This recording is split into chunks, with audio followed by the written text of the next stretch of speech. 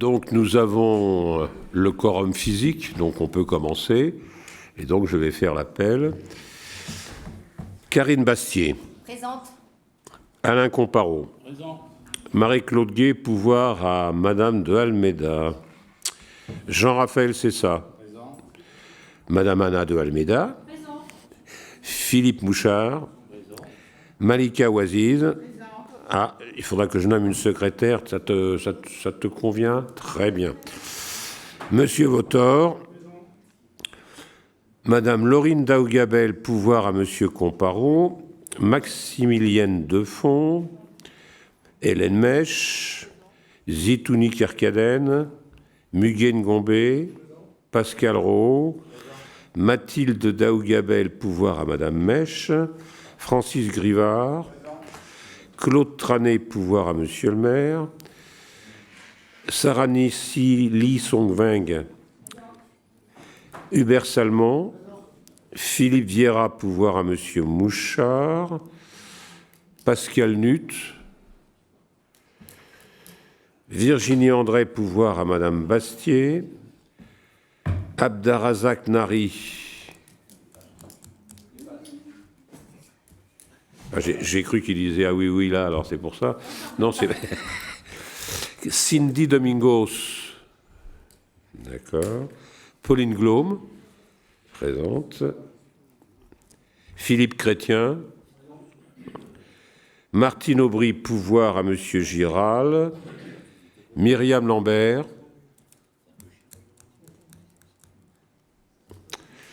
Julien Giral. Olivier Sangoy. Stéphanie Lincel, pouvoir à Monsieur Sangoy. Et Adil Valentine Bouafa, il est là. Très bien. Bon, donc on a largement le quorum, on n'a pas de problème. Il y a Monsieur Sangoy qui... J'avais le pouvoir, mais je ne sais pas si... Un pouvoir de qui? Ah. Alors, attendez, je vais quand même vérifier. On ne sait jamais, mais bon. Monsieur Sangoy, il avait donc le pouvoir de Madame Lincel. Monsieur Trayera, Monsieur Mouchard. Madame Gué. Monsieur Tranet. Monsieur Comparot, Laurine Daougabel. Madame Mèche, Mathilde Daougabel. Madame Bastier, Virginie André. Madame Aubry, Monsieur Giral. Moi, je n'ai pas.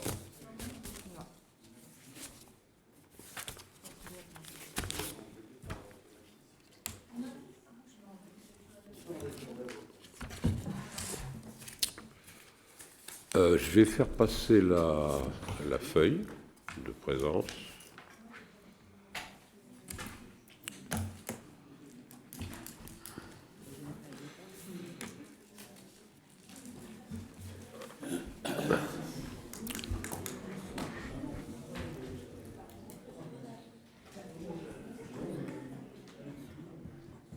Bon, écoutez, je ne sais pas, il faut vous mettre d'accord, parce que normalement, les pouvoirs, ça doit quand même arriver en temps et en heure.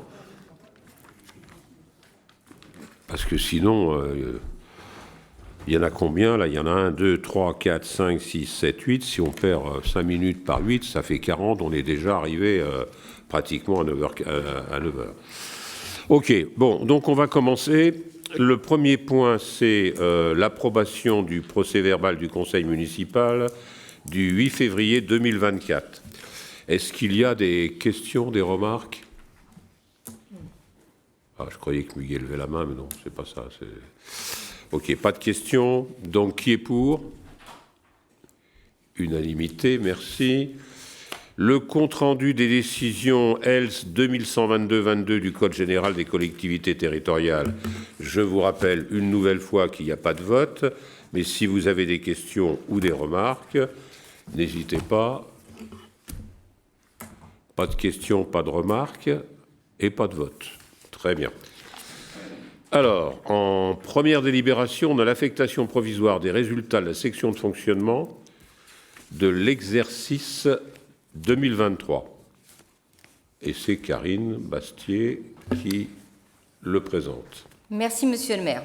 La détermination des résultats s'effectue à la clôture de l'exercice, au vu désormais du compte financier unique qui est le CFU. La ville s'est portée candidate l'an dernier pour expérimenter le compte financier unique qui se substitue, durant la période de l'expérimentation, au compte administratif, ainsi qu'au compte de gestion, par dérogation aux dispositions régissant ces documents.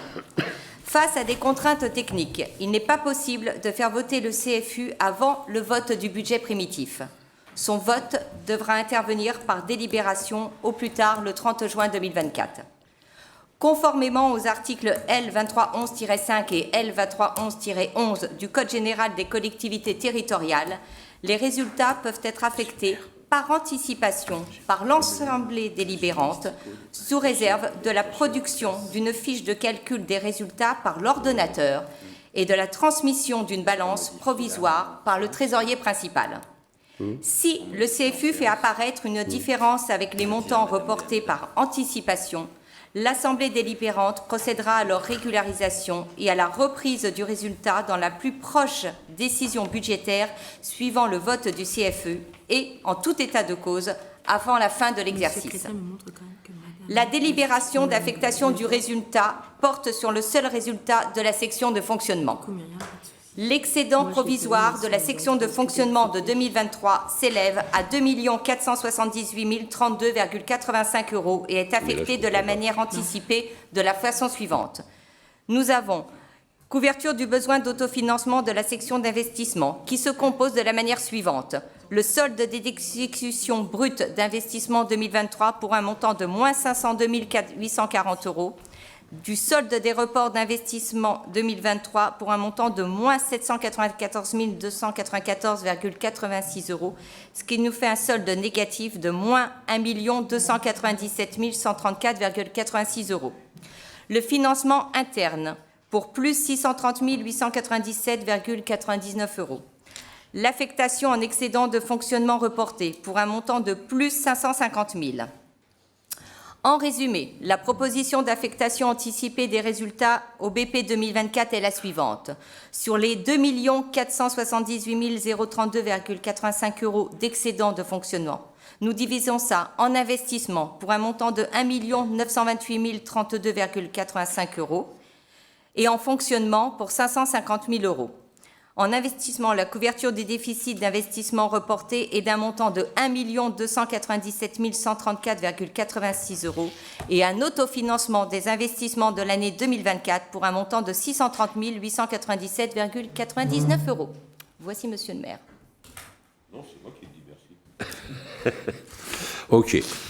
Y a-t-il des questions sur cette première délibération ou des remarques ? Pas de questions, pas de remarques. Qui est contre? Qui s'abstient? Qui est pour? Qui ne participe pas au vote?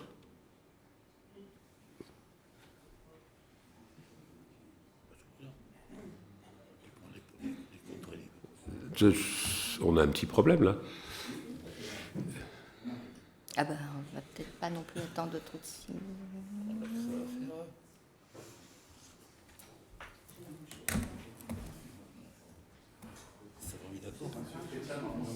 Pardon? Alors? C'est contre? D'accord, très bien. Là, il n'est pas si tard que ça, hein, c'est pas encore l'heure. Hein. OK. Alors, donc, contre. Alors ensuite, nous avons la délibération numéro 2, c'est toujours Madame Bastier. Et là, il s'agit de la demande de dotation de soutien à l'investissement local 2024 pour le cadre, enfin dans le cadre du soutien des projets structurants des collectivités. On t'écoute. Merci, Monsieur le maire. Je t'en prie. Par courrier en date du 5 janvier 2024, Madame la préfète du Val-de-Marne nous informe de l'éligibilité de la commune de la Queue-en-Brie à la dotation de soutien à l'investissement local qui est le DESIL pour l'année 2024. La proposition est faite de déposer un dossier de demande de subvention concernant les travaux suivants. Le travaux de réfection des allées et de végétalisation du cimetière du 8 mai 1945 et les travaux de voirie rue de Chemin Vert. Concernant le cimetière du 8 mai 1945, le projet consiste à rendre accessibles les allées principales aux personnes à mobilité réduite, mais aussi à faciliter le transit des circulations de service. Par ailleurs, les allées secondaires seront, quant à elles, désimperméabilisées au moyen de semis de gazon, participant à l'embellissement global du cimetière, à son verdissement et étant une réponse au zéro phyto. Cette opération participe à l'accessibilité de l'équipement ainsi qu'à l'amélioration du cadre de vie et à la transition écologique de la ville. Le chantier est prévu pour une durée de 6 semaines. Les travaux sont fixés à compter du 4 novembre 2024 et son coût prévisionnel est d'un montant de 223 324,89 € hors taxe.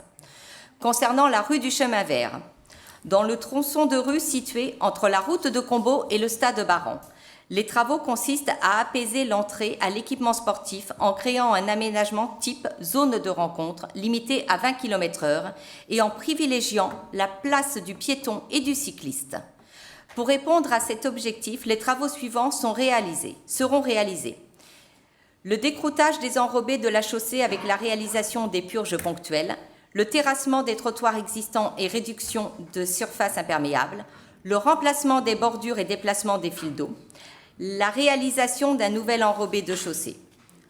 En ce qui concerne dans le tronçon qui est situé entre la route de Combeau et l'avenue du Buisson-Fleury, les travaux consistent à créer une piste cyclable suite à l'aménagement d'un tissu pavillonnaire.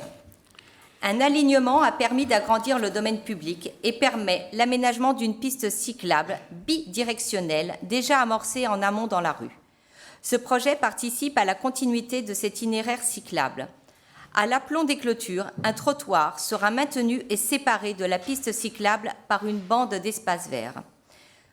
Il y aura donc une mise en œuvre d'une grave ciment, la mise en œuvre d'un enrobé noir, les poses de bordure, la mise en œuvre de terre végétale et semis et une signalisation horizontale.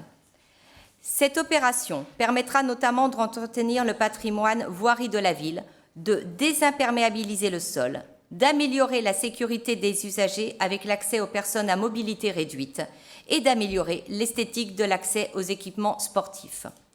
Le chantier est prévu pour une durée de 5 semaines. Les travaux devraient commencer le 15 juillet 2024 et le coût prévisionnel est de 74 704 € hors taxe. L'ensemble de ces deux opérations d'un montant global de 298 028,89 € hors taxe pourront être financées d'une part par la DESIL 2024 qui est sollicitée à une hauteur de 149 014,45 € et d'autre part par notre autofinancement d'un montant idem de 149 014,45 €. Voici, Monsieur le maire. Merci, Karine. Donc, qui est pour cette délibération? Est-ce qu'il y a des questions et des remarques? Oui, Monsieur Sangoy. Oui, peut-être une explication de vote général pour cette délib et puis quelques autres. Donc, on va voter toutes les délibérations, qui demandent et qui permettent d'obtenir ce genre de subvention, d'autant que la note explicative est extrêmement claire. Et on vous en remercie, vous et les services. Le vote précédent, on a un peu cafouillé le temps que je mette mes documents sous les yeux, on vote contre, non pas parce que on conteste les chiffres, mais parce que c'est en cohérence avec le vote contre le budget qu'on souhaitait mettre, comme chaque année, que ce soit bien clair.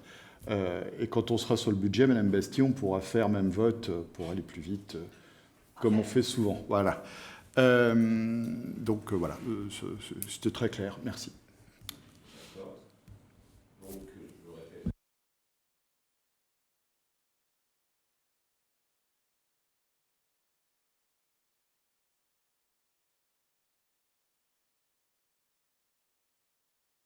Pour l'accélération de la transition écologique dans les territoires. Toujours par courrier de Madame la préfète du Val-de-Marne, en date du 5 janvier 2024, informant Monsieur le maire du soutien en faveur de l'investissement des collectivités territoriales avec le dispositif Fonds vert pour l'accélération de la transition écologique dans les territoires et notamment sur l'axe 1 concernant l'amélioration de la performance environnementale au titre de la rénovation des parts de luminaires d'éclairage public. Dans ce domaine, les enjeux sont à la fois économiques, environnementaux et sociaux, avec une meilleure maîtrise de la consommation de l'énergie, une diminution des pollutions lumineuses et une sécurisation des personnes et des biens. Depuis 2019, la commune s'est engagée sur un programme de rénovation de son éclairage public sur 10 ans afin d'améliorer la qualité de l'éclairage et de réduire sa consommation électrique. Après analyse, proposition est faite de déposer un dossier de demande de fonds verts avec les opérations de rénovation de l'éclairage public des rues suivantes. Nous aurons donc la rue du Chemin Vert, l'allée Verlaine, l'allée des Pivoines, la rue du 8 mai 1945, la route de Prie, les rues Kessler, Passy et Monod, la rue Lèche-Valéza et la rue André Citroën. Les travaux consistent à créer un nouveau réseau électrique avec câbles de terre quand cela est nécessaire, à poser de nouveaux candélabres et ou de nouvelles lanternes à LED conformément au schéma directeur aménagement lumière de la commune. Les travaux seront réalisés à compter de l'été 2024 jusqu'en novembre 2024. L'ensemble de ces opérations d'un montant global de 300 333,01 € hors taxes pourront être financées en partie par le fonds vert pour un montant de 151 666,51 €, 50%, et l'autre 50% restant par notre autofinancement pour un montant de 151 666,51 €. Merci Karine. Avez-vous des questions sur ce fonds vert 2024 ? Pas de questions, pas de remarques. Qui est pour ? Unanimité, merci. On passe à la 4e. Alors, la 4e, c'est encore une demande de dotation d'équipement des territoires ruraux, donc la DETR, mais pour 2024 aussi. Voilà. Toujours par courrier en date du 5 janvier 2004, Madame la Préfète nous informe Monsieur le maire du maintien des crédits pour l'accompagnement en faveur de l'investissement des collectivités territoriales avec la dotation d'équipement des territoires ruraux qui est la DETR. Après analyse, la proposition est faite de déposer un dossier de demande de dotation concernant l'opération suivante au titre des travaux de mise aux normes, d'accessibilité et de sécurisation des équipements publics. Nous vous proposons les travaux de sécurisation de l'hôtel de ville et les travaux de sécurisation du poste de la police municipale. Nous nous rappelons tous les émeutes de l'été 2023 qui ont mis à jour la fragilité de certains des équipements communaux dans l'hôtel de ville qui a subi des dégâts sur sa façade principale. Les dégâts sur les vitrages sont en cours de résolution, mais se pose désormais la question de la sécurisation globale et pérenne du rez-de-chaussée et du rez-de-jardin de l'hôtel de ville, avec la mise en place de grilles renforcées. Par ailleurs, en annexe de l'hôtel de ville se trouvent les locaux de la police municipale, où la banque d'accueil est inadaptée à l'accueil du public sans protection pour les agents. Les travaux pour l'hôtel de ville consistent en la fourniture et pose de rideaux enroulables motorisés au rez-de-chaussée de la façade sud de l'hôtel de ville et la fourniture et pose de grilles fixes au niveau du rez-de-jardin. Concernant le poste de la police municipale, les travaux consistent en la fourniture et pose d'un ensemble de menuiseries intérieures en aluminium comprenant des châssis fixes, une porte sécurisée à code et de tablettes en chaîne constituant la borne d'accueil accessible aux personnes à mobilité réduite. Le chantier est prévu pour une durée de 7 semaines et les travaux sont fixés à compter du 8 juillet 2024. Cette opération permettra de renforcer la sécurité des 2 équipements publics.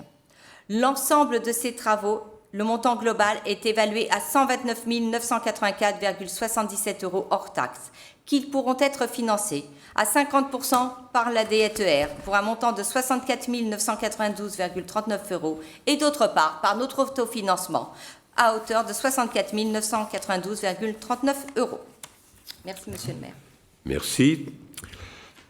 Des questions, des remarques ? Pas de questions, pas de remarques. Qui est pour ? Unanimité, merci. On passe à la demande de subvention, cette fois-ci à la métropole du Grand Paris, dans le cadre du fonds Innover dans la ville 2024. Et c'est Jean-Raphaël Cessa qui le présente. Très bien. Après la parution sur le site internet de la métropole du Grand Paris de l'éligibilité de la commune de la Queue-en-Brie au fonds Innover dans la ville, au titre de l'exercice 2024, proposition est de déposer un dossier de demande de subvention relatif à à l'acquisition et à l'installation du logiciel Templo pour le bon fonctionnement des services municipaux. La commune de la Queue-en-Brie souhaite améliorer l'efficacité de la coordination administrative en proposant de mettre en place le logiciel Templo, plateforme informatique de gestion de projets collaboratifs. Actuellement, la commune fait face à des défis tels que la municipalité des supports de comptes rendus, d'organisation de réunions et des modalités d'échange interservices. Ce logiciel permettrait une harmonisation des procédures et un gain de temps dans l'organisation du travail des agents.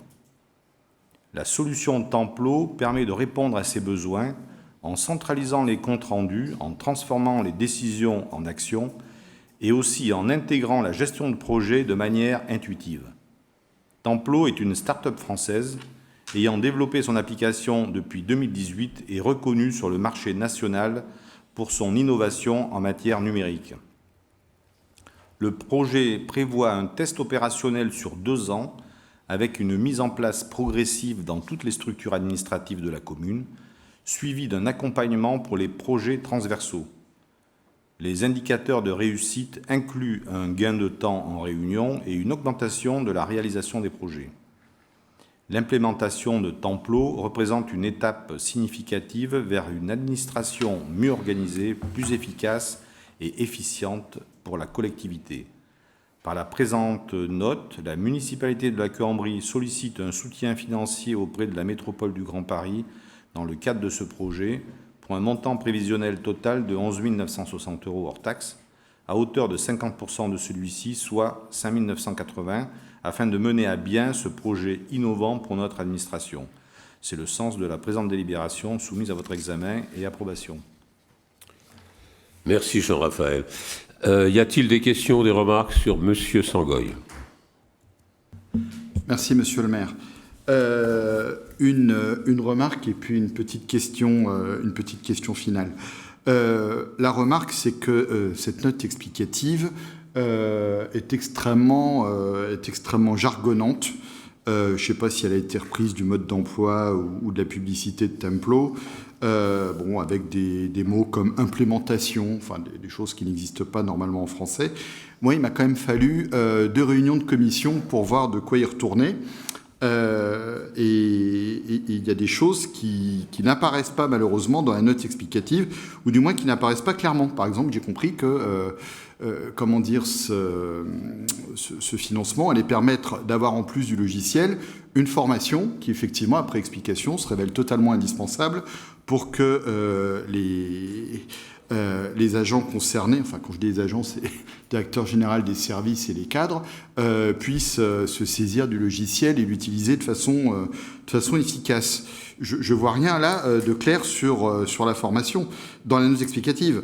Alors je suppose que on parle à un moment d'accompagnement pour des projets transversaux, ça doit être ça. Mais bon, la note aurait pu être moins jargonnante et un petit peu plus explicite. C'est dommage. Bon, on va en majorité voter pour. Ceci dit, j'ai une petite question. Si jamais, Monsieur le maire, la métropole n'avait pas proposé ces subventions dans le cadre du fonds Innover dans la ville, est-ce que malgré tout, la commune aurait fait l'acquisition de ce logiciel? Nous demander si on ne nous avait pas proposé ce sujet-là, on ne l'aurait pas fait, c'est ça? Exactement. Écoutez, vous savez, on n'est pas... on a déjà cherché beaucoup de dotations. À partir du moment où il y en a une qui arrive toute cuite sur un sujet qui pour nous est un sujet important, on n'avait aucune raison de le refuser. Bon, encore faut-il, quand on a... c'est qu'on s'est quand même intéressé, Jean-Raphaël et moi, enfin surtout Jean-Raphaël, mais innover dans la ville, proposer ça, qui était la solution Templo pour... Et ça, c'est quand même clair de voir ce qui est écrit, puisqu'en fait, ça permet l'harmonisation des... Alors vous allez me dire, le mot harmonisation... Si, c'est français celui-là. Harmonisation des procédures et surtout un gain de temps dans l'organisation du travail des agents. Bon, nous on a dit, c'est bien, c'est banco. Bon, donc on ne va pas être plus royaliste que le roi. Si effectivement la métropole a la gentillesse de bien vouloir nous donner de l'argent sur cette à hauteur de 50%, on ne va pas s'en priver, n'est-ce pas, Jean? En plus, c'est un gain de temps pour le personnel. Oui, alors la première remarque que vous avez faite, c'était implémentation que vous ne connaissiez pas. C'est dans le dictionnaire. Je connais, mais c'est anglais. Par contre, jargonnante, je la connais pas. Donc, vous voyez, nous sommes match nul. Ensuite, c'était de la simplification des travaux pour le personnel. Excusez-moi, tout ça, je suis d'accord, ça n'est pas du tout ma question. Ma question, et vous allez la comprendre quand on passera au budget, c'est si on n'avait pas eu ce fonds, est-ce qu'on avait de toute façon l'intention, ce que je conteste absolument pas si c'est le cas, d'acheter ce logiciel? La réponse est simple, c'est oui ou non. Alors d'acheter ce logiciel, pourquoi celui-ci? Parce qu'il a été proposé. Non, pas celui-ci, un logiciel de ce genre. Un logiciel, oui. D'accord. L'intérêt est collectif, donc oui. Très bien, je vous remercie, c'est tout ce que je voulais savoir. Très bien. J'avais une question, s'il vous plaît. Donc tout le monde est satisfait. Une question. Monsieur. Une question. Oui, une question par rapport à la conservation des données et la loi sur, RGPD. Est-ce que vous pouvez nous préciser un petit peu les choses? Je ne peux pas te donner beaucoup de précisions, mais comme ça utilise les données que nous avons ici en local, donc où elles sont utilisées par les données qui sont sur Microsoft, sur OneNote, sur votre base mail, etc. Donc si vous avez un problème sur ces bases mail, on l'aura aussi sur Templo. Si on n'a aujourd'hui aucun problème sur les données stockées par toutes nos applications et logiciels, à ce moment-là, il n'y aura pas de problème non plus pour Templo. Pas d'autres questions? On peut passer au vote. Qui est pour? Unanimité. Pardon? Une abstention pour Madame Aubry. Ah d'accord. Donc abstention de Madame Aubry. D'accord. Mais oui, j'aurais dû commencer par abstention. Alors. Ok. On passe à... Ah, c'est le retour de Karine. Donc là, c'est la délégation au maire de la décision en matière de gestion active de la dette. Et là, Monsieur Sangoy, surtout ne nous demandez pas des explications sur le libellé de la délibération, parce que alors là, c'est hyper technique, mais si vous voulez, on pourra rentrer dans les détails. Voilà, alors, Oui, merci Monsieur le maire. Voilà. Alors, la présente délibération a pour objet de préciser les délégations de pouvoir accordées à Monsieur le maire en matière de gestion active de la dette. En vertu des dispositions de l'article 2122-22, alinéa 3 et 20 du CGCT, le maire peut recevoir délégation de son assemblée délibérante et dans les limites fixées par cette dernière pour procéder, d'une part, aux opérations financières utiles à la gestion des emprunts, y compris les opérations de couverture des risques, des taux et de change et les opérations de refinancement, à la réalisation des emprunts destinés au financement des investissements prévus par le budget et à la réalisation de la ligne de trésorerie. La circulaire Nord IOCB 5077C du 25 juin 2010 relative aux produits financiers offerts aux collectivités territoriales et à leurs établissements publics locaux impose aux collectivités locales de mieux formaliser leur politique de gestion de la dette et de souscription d'emprunts nouveaux. Le maire ne peut plus bénéficier d'une délégation totale de renégociation d'emprunts et de souscription d'emprunts nouveaux. La délibération de délégation au maire de la décision en matière de gestion active de la dette doit être donc renouvelée chaque année et se structurer de la manière suivante. Présenter la dette en la classant par catégorie de risque. Préciser les caractéristiques des instruments de couverture et des produits de refinancement qui pourront être souscrits. Et préciser les caractéristiques des emprunts nouveaux qui pourront être souscrits et celles d'un financement à court terme. Merci, Monsieur le maire. Très bien, merci. Et les détails, vous les avez effectivement dans les annexes. 4, 6, 7 pages de 6 pages de délibération. Est-ce que vous avez des questions? Pas de questions. Très bien. Qui est pour? Qui est contre? Très bien. Donc j'ai à nouveau le droit de faire tout ce que je veux. Dans la limite, Dans la limite, dans voilà, la limite, monsieur le d'accord. maire. Non, c'est pas ça, puisqu'en fait, ces messieurs sont contre ce qui a été dit là. Donc, ça veut dire qu'en fait, je peux éventuellement... Non, quand même pas. Non, quand même. Non, ça ne marche pas. Non. Vous ne donnez pas quitus, alors. Bon, tant pis. On peut toujours essayer. Hein.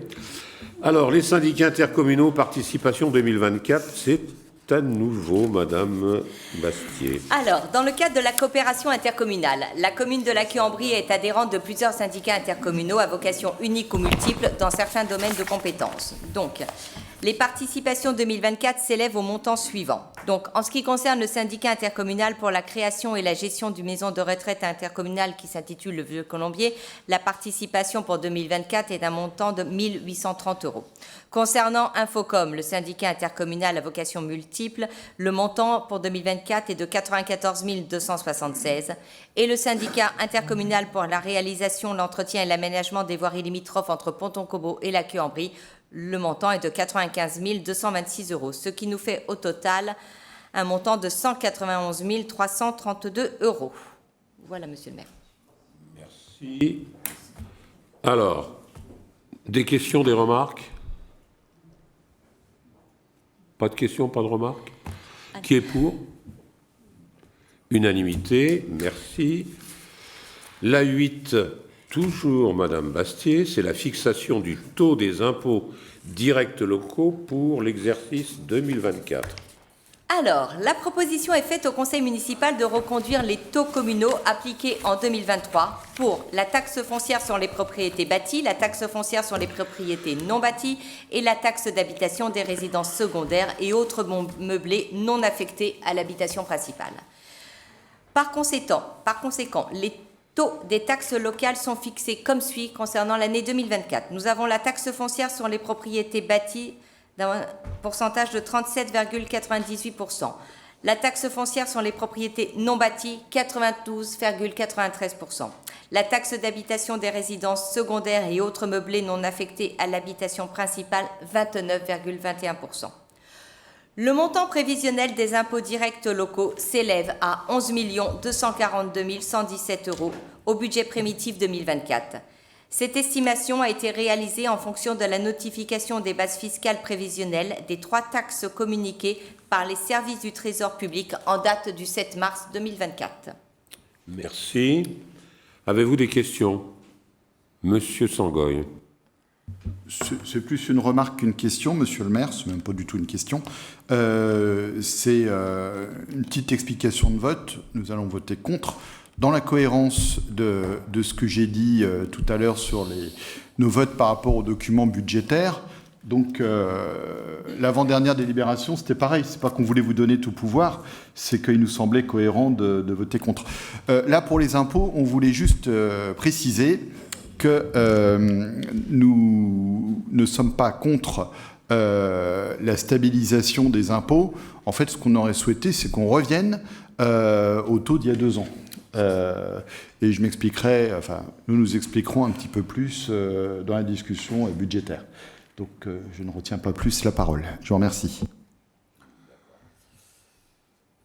Alors, qui est contre? Voilà. Et qui est pour? Merci. Alors, nous passons maintenant à la 9, qui est le vote du budget primitif 2024. C'est lourd, hein? Oui, monsieur le maire. Alors, le vote du budget primitif 2024 s'inscrit dans le cadre des orientations budgétaires qui ont été présentées lors du dernier conseil municipal en date de 8 février 2024. Le projet de budget primitif s'équilibre de manière globale au niveau des sections de fonctionnement et d'investissement, comme suit. Concernant les dépenses, la section fonctionnement est pour un montant de 19 934 992 €. En recettes, idem. En section d'investissement, en dépenses, 10 50 940,88 € que nous retrouverons bien sûr en recettes. Au total du budget 2024, les dépenses sont d'un montant de 29 985 932,88 € que vous retrouvez idem en recettes. Les grandes évolutions sont retracées de la manière suivante, par section. Nous commencerons par la section de fonctionnement. Le budget primitif 2024 s'équilibre en dépenses et en recettes à hauteur de 19 934 992 euros. Les recettes. L'évolution globale des recettes est de plus 3,62% par rapport au BP 2023, soit une augmentation de 677 000 euros. En ce qui concerne les dotations et compensations, à ce jour, aucune dotation n'a été encore notifiée. La dotation forfaitaire, la DGF, elle, est estimée à hauteur de 1 352 000 euros et baisserait de 0,8% par rapport à 2023. La dotation de solidarité urbaine, ce qu'on appelle la DSU, elle a été prévue à hauteur de 377 000 euros et augmenterait de 5,1% par rapport à 2023. La dotation nationale de péréquation, la DNP, est estimée quant à elle à 68 000 euros et baisserait de 7,9% par rapport au BP 2023. Le Fonds de solidarité des communes de la région d'Île-de-France est prévu à hauteur de 588 000 euros et serait en baisse de 9,1% par rapport à 2023. Quant aux compensations fiscales, celles-ci ont été notifiées à hauteur de 22 000 euros plus 2 000 euros. Les subventions et les participations. Il est proposé de fixer le montant de subvention à hauteur de 1 306 000 euros, soit une hausse de 254 000 euros par rapport au BP 2023. Cette augmentation s'explique par un réajustement des subventions de la CAF et de la DIPAS par rapport au réalisé 2023. En ce qui concerne les redevances des usagers et autres produits du domaine, les produits sont prévus à hauteur de 1 343 000 euros pour les usagers, plus 107 000 euros par rapport au BP 2023, et à 323 000 euros pour les produits de gestion courante, plus 44 000 euros. L'évolution des produits des services s'explique principalement, d'une part, par l'augmentation des redevances pour l'occupation du domaine public, par les remboursements des dépenses de travaux de raccordement au réseau des nouveaux programmes immobiliers et d'autre part par l'augmentation des redevances de la restauration scolaire, ALSH et études. En ce qui concerne les dotations Métropole Grand Paris et les territoires Grand Paris Sud-Est Avenir, l'attribution de compensation a été notifiée à hauteur de 1 888 000 euros. La reconduction du montant de l'attribution de compensation de 2023 en l'absence de nouveaux transferts de compétences à l'AMGP. Concernant les recettes provenant du GPSEA, nous avons prévu une recette de 51 000 euros au total pour le remboursement des frais d'entretien de la voirie territoriale et des frais de fonctionnement de la bibliothèque, un montant qui est en baisse de 13 000 euros par rapport au BP 2023. En ce qui concerne les fiscalités indirectes, il est proposé de reconduire le niveau de recettes prévu en 2023 pour les droits de mutation, soit 400 000 euros, et pour la taxe locale sur la publicité extérieure, ce qui est la TLPE, soit 100 000 euros. Pour la taxe sur l'électricité, nous prévoyons une hausse de 30 000 euros par rapport au BP 2023. En ce qui concerne la fiscalité directe, contrairement à l'année précédente durant laquelle les taux avaient connu une hausse de 2%, il n'est pas prévu pour 2024 d'augmenter les taux de fiscalité. Ils seront donc maintenus à leur niveau de 2023. Vous avez un tableau ci-dessous qui vous explique. La notification des bases prévisionnelles 2024 fait apparaître une variation globale des bases de fiscalité de 3,19%, dont une croissance forfaitaire de 3,9% et une variation physique de moins 0,71%. Le produit prévisionnel des impôts s'élève ainsi à 11 242 000 euros. Ce qui concerne divers et exceptionnels, les recettes exceptionnelles sont évaluées à hauteur de 55 000 euros et sont en augmentation de 9 000 euros par rapport à 2023. Par ailleurs, proposition est faite d'affecter de manière anticipée 550 000 euros provenant du résultat de fonctionnement reporté sur 2023. En ce qui concerne les dépenses, l'évolution des dépenses s'élève à plus de 2,23% par rapport au BP 2023, soit une augmentation de 408 000 euros. Les dépenses se répartissent de la manière suivante. Nous avons d'une part les dépenses courantes qui sont prévues à hauteur de 5 431 000 euros, qui sont en augmentation de 1,25% par rapport au BP 2023.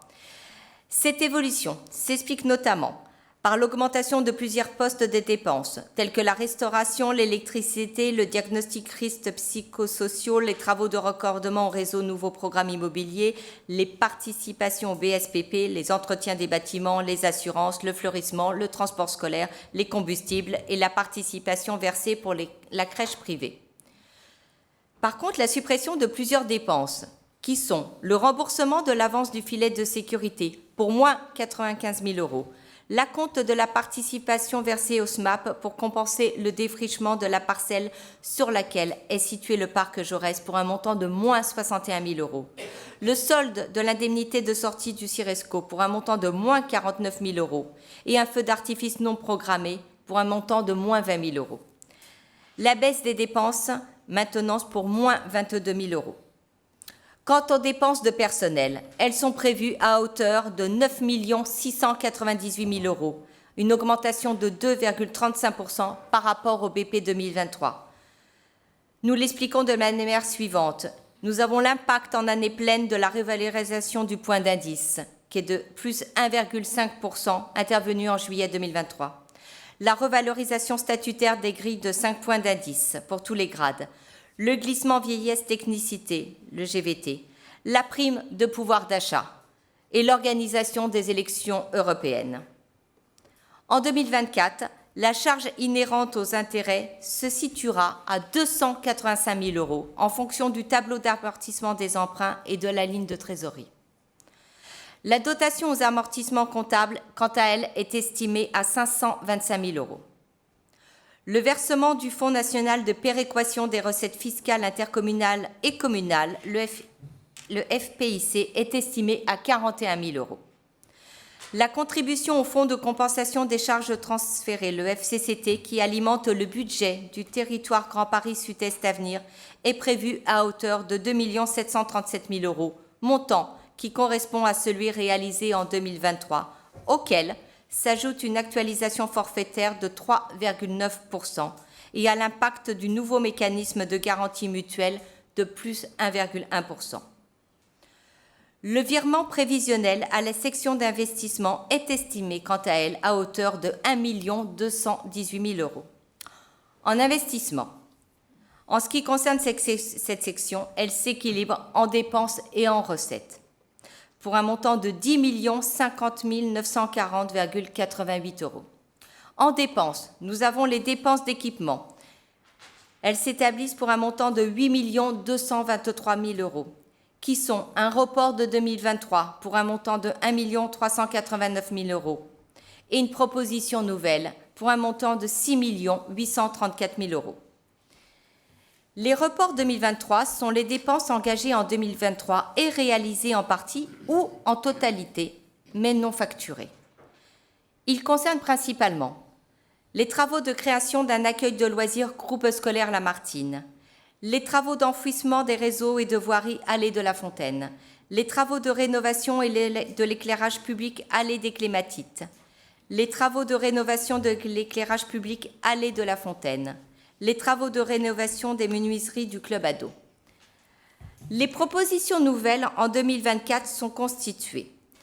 La réalisation des travaux dans les bâtiments communaux pour un montant de 675 000 €, qui concernent notamment les travaux dans l'hôtel de ville pour un montant de 184 000 €, les travaux dans le poste de police municipale, 31 000 €, les travaux dans les écoles maternelles, 14 000 €, les travaux dans les écoles élémentaires, 40 000 €, les travaux dans les restaurants scolaires, 21 000 €, les travaux dans l'école de musique, 195 000 €, les travaux dans les équipements sportifs, 69 000 €, les travaux dans la MPT, 18 000 €, les travaux dans les logements communaux, 92 000 € et divers travaux pour un montant de 11 000 €.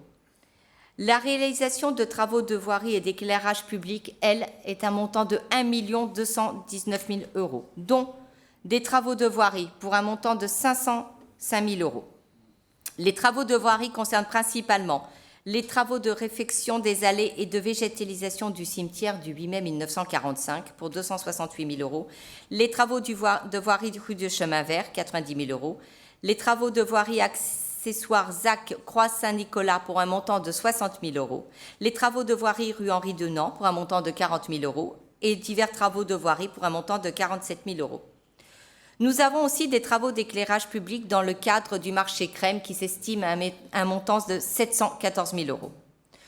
Pour le moment, ont été définis les travaux suivants.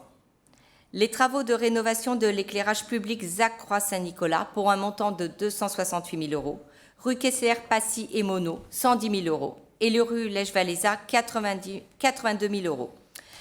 L'allée Verlaine, 80 000 euros, la rue du Chemin Vert, 70 000 euros, et les travaux d'éclairage des passages piétons, 34 000 euros, divers travaux d'éclairage public qui s'élèvent pour un montant de 70 000 euros.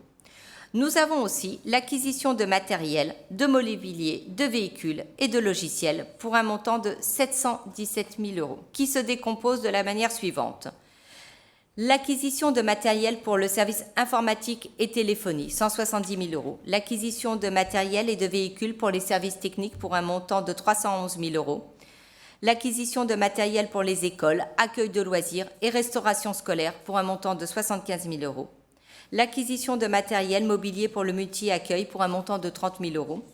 L'acquisition d'un véhicule et de matériel pour la police municipale, 29 000 euros. L'acquisition de matériel pour le service de la DELVA, 29 000 euros. Et les autres services pour un montant de 73 000 euros. L'opération Lamartine qui consiste à la création de notre nouveau ALSH pour un montant de 4 millions d'euros. Les travaux de réhabilitation de la toiture et des façades de l'église pour un montant de 80 000 euros. L'achat d'une parcelle pour la création d'un parking sur le groupe scolaire Jean Zay pour un montant de 35 000 euros. Les travaux de vidéoprotection pour un montant de 40 000 euros. Et les frais d'études et divers honoraires pour un montant de 68 000 euros qui se décomposent de la manière suivante. L'élaboration du rapport ADAP pour un montant de 30 000 euros, diverses études de voirie pour un montant de 16 000 euros, diverses études pour un montant de 12 000 euros et un diagnostic amiante et relevé bâtiment pour un montant de 10 000 euros. Nous avons aussi le remboursement du capital de la dette et des opérations financières. Le remboursement du capital s'élève à un montant de 1 133 000 euros, dont 40 000 euros pour l'amortissement de l'emprunt revolving. Le remboursement du crédit revolving de la Société Générale de 120 000 euros est composé par une recette d'investissement équivalente. Nous avons des régularisations comptables pour une somme de 68 000 euros qui est prévue pour la régularisation des comptes d'études. Le déficit reporté de l'année 2023 qui s'élève à 503 000 euros. En recettes, celles-ci sont constituées principalement par les recettes propres d'investissement. Nous avons donc le fonds de compensation pour la taxe sur la valeur ajoutée qui est prévu à hauteur de 517 000 euros en fonction des dépenses d'équipement brut de l'année 2022 et du taux de remboursement en vigueur. Nous avons la taxe d'aménagement communal qui est estimée à 50 000 euros. L'affectation provisoire du résultat de fonctionnement de l'année 2023 d'un montant de 1 928 000 euros. Des subventions d'un montant total de 472 000 euros qui correspondent à des subventions reportées constituées principalement par une subvention du Conseil régional pour les travaux de création d'un parc de l'impressionnisme d'un montant de 425 000 euros, des subventions à hauteur de 36 000 euros de la CAF pour les investissements de la RPE et des subventions au titre du FIPD à hauteur de 11 000 euros pour le matériel de la police municipale et de la vidéoprotection. Une cession de 81 000 euros correspond à la vente d'une parcelle au syndicat des voiries de Lac-en-Brie et Pont-au-Combo. La dotation d'équipement des territoires ruraux, la dotation de soutien à l'investissement, le fonds vert sont estimés à 163 000 euros, dont 123 000 euros des reports pour la DESIL 2022, la DETR 2023 et le fonds vert. Les amortissements comptables sont estimés à 525 000 euros. Une somme de 68 000 euros est prévue pour la régularisation des comptes d'études. Un virement prévisionnel de la section de fonctionnement est estimé à 1 218 000 euros. L'emprunt. En 2024, le besoin d'emprunt est estimé à hauteur de 4 890 000 euros. Une somme de 120 000 euros est prévue pour la mobilisation de l'emprunt revolving de la Société Générale. En synthèse, les propositions budgétaires 2024 qui vous sont faites se décomposent de la manière suivante. En dépenses de fonctionnement, plus 2,23%. En recettes de fonctionnement, plus 3,62%. Un maintien des taux des impôts locaux. Dépenses nouvelles d'investissement pour un montant de 6 834 000 euros. Un emprunt nouveau pour un montant de 4 890 000 euros. Et un endettement pour un montant de 3 757 000 euros. Voici, Monsieur le maire. Merci, Karine. Tu as le droit de prendre un peu d'eau. C'est bien. Y a-t-il des questions, des remarques? Monsieur Sangoy? Mais levez le doigt, franchement. Hein, bon. Merci, Monsieur le maire. Je vais regarder si quelqu'un d'autre voulait prendre la parole avant moi. Parce que depuis le début du Conseil, je suis un peu le seul. Oui. Madame Bastier, nous vous remercions tous, je pense, notamment Monsieur Comparo, qui a pu se reposer aujourd'hui pour cet exposé qui n'est jamais facile. Je crois que c'est la plus longue présentation de toute l'année. Donc, et c'était clair. Voilà. Bien. Quelques remarques sur le budget. Je vais essayer d'être pas trop long, d'autant qu'on s'est déjà largement exprimé lors du débat d'orientation budgétaire. Néanmoins, une explication de vote est indispensable.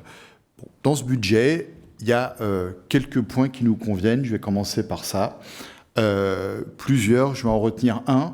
La prime exceptionnelle de pouvoir d'achat pour les agents, que nous avions d'ailleurs réclamé lors d'un précédent conseil, qui se trouve dans ce budget. C'est une très bonne chose. Si cette mesure n'avait pas été ventilée, comme c'est normal, sur plusieurs chapitres, mais qu'elle s'était trouvée sur un seul chapitre, on aurait même voté pour. Bon, en l'occurrence, on va avoir une délibération un petit peu plus tard dans le Conseil, et là, on pourra s'exprimer positivement. Voilà. Bon, ceci étant dit, globalement, le budget nous pose un problème. Bon, on avait vu ça dans le débat d'orientation budgétaire. On a beaucoup de recettes en plus, ce qui est très positif, hein, c'est pas ça qu'on remet en cause. Donc, si on reprend les chiffres du DOB, on était aux alentours de plus 600 000 euros. Et ça vient en grande partie des recettes fiscales supplémentaires obtenues l'année dernière, notamment par le biais de l'augmentation de 2% des taux et l'augmentation qui devait être aux alentours de 6%, si ma mémoire est bonne, 5 des bases. Alors cette année, vous maintenez les taux, vous ne les rebaissez pas, et les bases augmentent d'un peu plus de 3%, ce qu'on ne savait pas au moment du DOB, mais maintenant on le sait. Alors pour reprendre l'expression que M. Prouès, qui était encore là, avait utilisée l'année dernière, ça nous semble être du cagnotage. Pourquoi ? Parce que en face de ces ressources supplémentaires, qui sont des charges en plus pour les codéciens, il y a d'autres charges en plus, que vous avez d'ailleurs tout à fait de façon transparente évoquées dans le rapport. On a une augmentation, comme chaque année, des redevances dues par les codéciens pour la restauration scolaire, la LSH, les études. Maintenant, on en a déjà parlé, le paiement du transport scolaire qui était jusque-là gratuit, alors que je rappelle que certains quartiers sont obligés de l'utiliser parce que les enfants sont très loin de leur école. Je pense notamment à mes voisins du quartier de l'Avenir qui vont à Janzay. Je le précise parce que sinon, je serais tout à fait d'accord avec le maire qui dit que les enfants peuvent aller à l'école à pied s'ils habitent à côté. Moi-même, c'est ce que je faisais pour aller à la Martine quand j'habitais aux Marnières et que j'étais enfant. Bon, qu'est-ce qu'on a d'autre ? Nous avons des services ou des prestations en moins. Donc là, ce qui est évoqué notamment, c'est le feu d'artifice qui n'est pas programmé. C'est un petit peu dommage parce qu'on n'est pas sur des sommes, énormes. Le feu d'artifice, on doit être à 20 000 euros. Le transport scolaire, c'est 15 000. Si j'ai bien compris, ce qu'on fait payer aux Caudassiens, ça va faire rentrer à peu près 10 000 dans les caisses. On est sur des ordres de grandeur qui, je vous le signale, pour le transport scolaire, se rapprochent du coût du logiciel Templo dont on parlait tout à l'heure, et donc j'ai bien compris qu'on en aurait fait l'acquisition, même s'il n'y avait pas eu la subvention de la métropole. Pourquoi je fais ce parallèle ? Parce qu'en fait, quelque part, c'est de l'affichage. C'est-à-dire que vous mettez en scène, une volonté de comprimer les dépenses, qui n'apporte rien de plus, à notre sens, aux finances de la commune, qui sont tout à fait saines, mais ce n'est pas ce genre de dépenses, je parle du transport scolaire, du feu d'artifice, qui créerait un gros déséquilibre. Et, c'est idéologique. Voilà. Pour vous, les collectivités territoriales, la puissance publique en général, n'a pas à payer ce genre de choses. Et donc, c'est vos convictions, vous les traduisez dans le budget. Nous pensons au contraire qu'il faudrait apporter plus de services ou moins d'impôts. Hein, on peut faire ou l'un ou l'autre. Et donc, globalement, le budget nous convient pas et nous allons voter contre. Voilà, je vous remercie.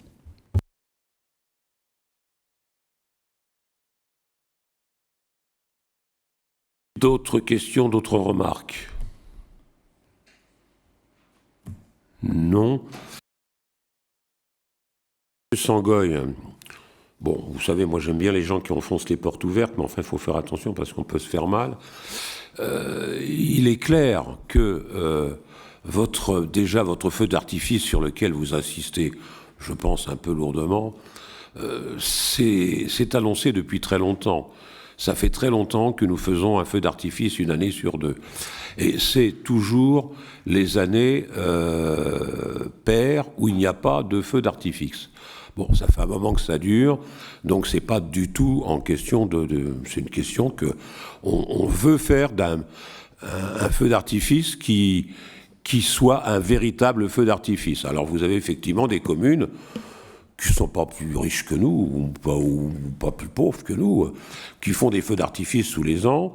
Bon, leur coût, j'ose même pas vous le dire, puisqu'en fait, je connais des communes qui ont un feu d'artifice qui est aux alentours de 9 000, 8 000, etc. Seulement, c'est des feux d'artifice qui n'ont pas l'impact du feu d'artifice que nous réalisons une fois tous les 2 ans. Bon, il faut quand même que vous regardiez le budget en lui-même. Il y a une synthèse qui est très claire. Vous voyez qu'il y a des dépenses de fonctionnement qui représentent plus de 2,23%, mais effectivement, il y a des recettes de fonctionnement qui représentent plus 3,62%, mais si vous faites le delta, finalement, le delta, il y a quand même que 1,40, même pas 1,39 de delta entre les recettes et les dépenses. Donc ce n'est pas, on n'a pas une quantité d'argent, comme vous avez l'air de le faire penser à qui veut bien, que cela.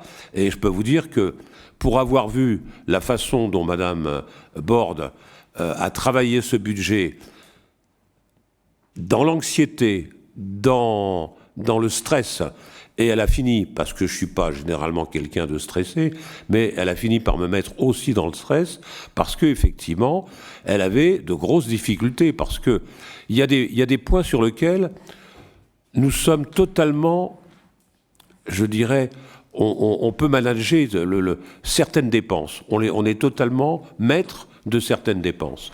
Et on s'est rendu compte, malheureusement, au fil des années, que nous n'étions pas maîtres de certaines dépenses. Les dépenses où nous ne sommes pas maîtres, c'est d'ailleurs dramatique, c'est les dépenses de personnel, où nous avons déjà un montant qui est proche de 9 700 000. Il suffit simplement qu'il passe une idée à quelqu'un au gouvernement, comme ça, par hasard. Il a une petite... il a mal dormi, ou il a bien dormi, ou il a rêvé. Et hop, il nous colle, à la fin du mois d'août de l'année 2024, comme il l'a fait en 2023, une augmentation de 1,5%, avec effet rétroactif au 1er juillet. Hop, on en reprend pour 123 000 € à dépenser en plus. Et les 123 000 € qu'on dépense en plus, ça va faire quand même un sacré trou dans le système. Bon, vous avez... on ne va pas donner une prime d'inflation tous les ans. Bon, je remarque que vous allez tout à l'heure voter pour et que vous êtes pour, et bon, je m'en attendais pas à moins, mais je voudrais quand même vous dire que si nous l'avons mis en place, ce n'est pas parce que vous l'avez demandé lors du dernier conseil municipal, c'est tout simplement parce qu'on en avait l'intention de le faire. Mais enfin bon, si vous voulez bien comprendre ça, c'est normal, parce que non, je n'avais l'impression que, comme nous l'avons demandé, que vous vous attribuiez le fait que nous l'avons fait. Non, c'est pas, il faut quand même rester sobre. Nous avons des difficultés financières importantes. Vous ne les voyez pas parce qu'en fait, vous voyez quand même qu'on a un emprunt nouveau parce qu'en fait, nous avons la construction d'un centre de loisirs. Ce centre de loisirs, il va pas être fait comme ça. Il nous oblige à prendre un emprunt. Donc, ça nous oblige à penser qu'à la fin de l'année 2024, il est important d'avoir encore un excédent budgétaire pour pouvoir alimenter justement la question d'investissement. C'est facile de parler sur le fonctionnement sans regarder l'investissement. Et je pense que si vous regardez les deux, vous voyez bien qu'il y a une très forte augmentation des dépenses sur l'investissement. Mais ça, vous n'en parlez pas, vous ne parlez que du fonctionnement. Alors évidemment, quand vous faussez le budget en enlevant l'investissement, bah évidemment, on arrive à des choses qui sont peut-être pas pour vous tout à fait normales. Mais il y a l'investissement, malheureusement, et il faut bien le subventionner, cet investissement. Pas simplement par l'emprunt, parce que sinon, c'est pas 4 890 qu'il faudrait, c'est beaucoup plus. Voilà, moi j'ai ce que j'ai comme réponse à apporter, mais peut-être qu'il y a d'autres personnes qui souhaitent s'exprimer. Bon, puis vous n'hésitez pas, hein, chacun a le droit de parler.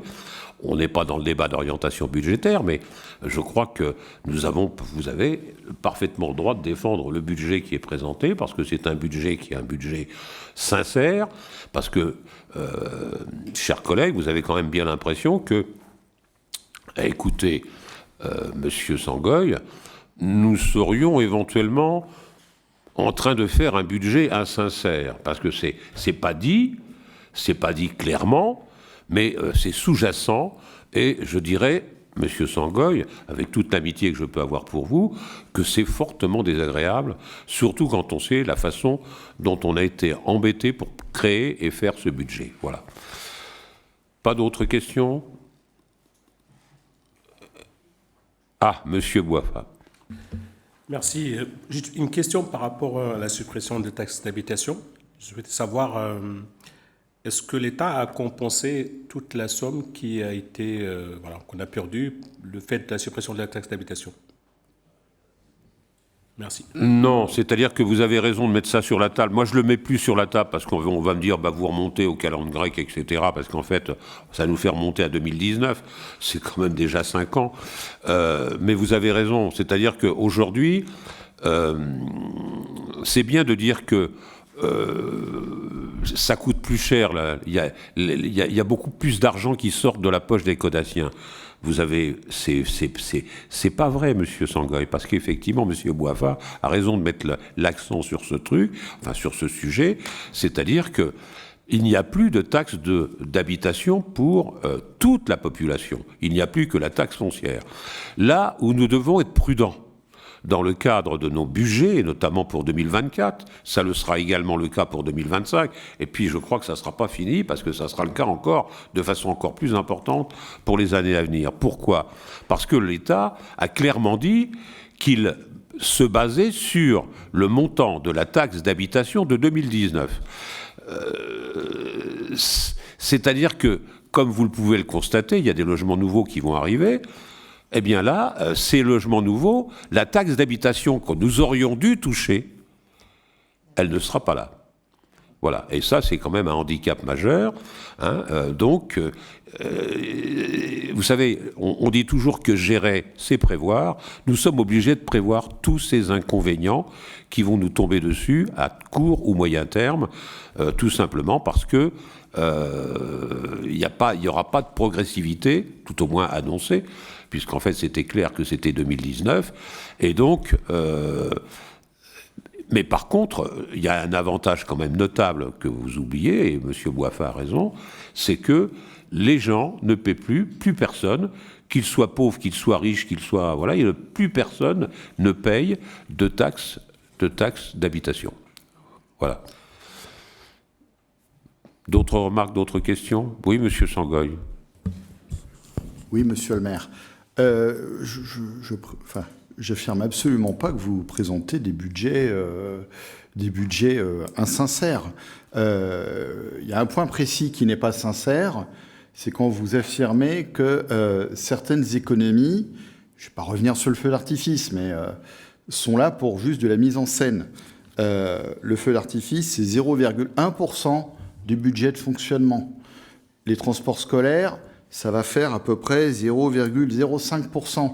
Voilà, c'était juste ça.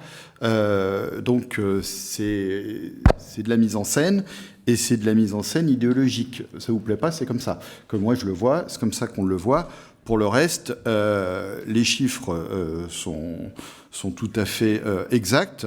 On est tout à fait conscient que vous travaillez dur pour monter sur un plan technique le budget et que les services travaillent encore plus dur. Et que c'est angoissant pour eux. J'ai vu Madame Borde à l'œuvre, j'ai aucun doute sur le fait que c'est toujours pénible d'accoucher le budget. Faites pas croire que je dis le contraire. Voilà. On a vu aussi que les investissements avaient augmenté, effectivement, quasiment de 3,5 millions, peut-être un peu plus. On voit que on s'est fait la réflexion, tiens, les élections approchent. C'est la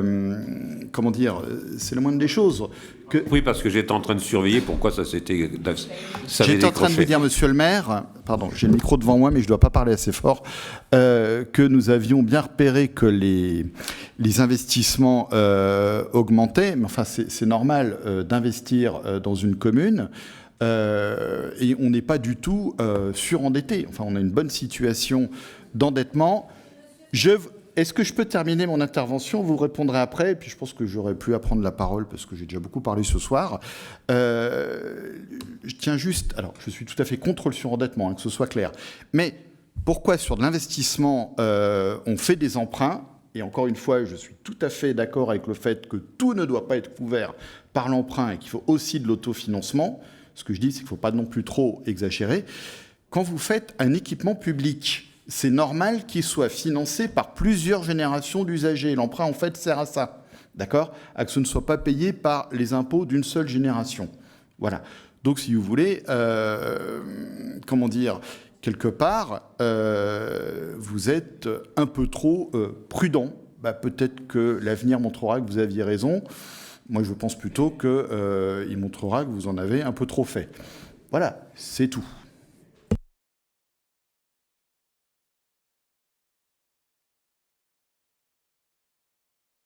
Juste dire, Monsieur Sangoy, que j'aimerais que vous répétiez à Monsieur le maire, car il n'a pas entendu la totalité de votre phrase, s'il vous plaît. Absolument. J'aimerais quand même que vous lui disiez. Très volontiers. Et je suis par ailleurs conscient que ce n'est pas le maire qui a le plus de chances de se représenter pour votre liste. J'ai dit, oui, nous avons bien remarqué, j'assume ce que j'ai dit, nous avons bien remarqué que l'investissement avait augmenté, j'ai même précisé que c'était à peu près de 3,5 millions, et qu'on s'était fait la réflexion, mais on le dit ouvertement, enfin, on en parle, on voit bien que les élections approchent. Voilà.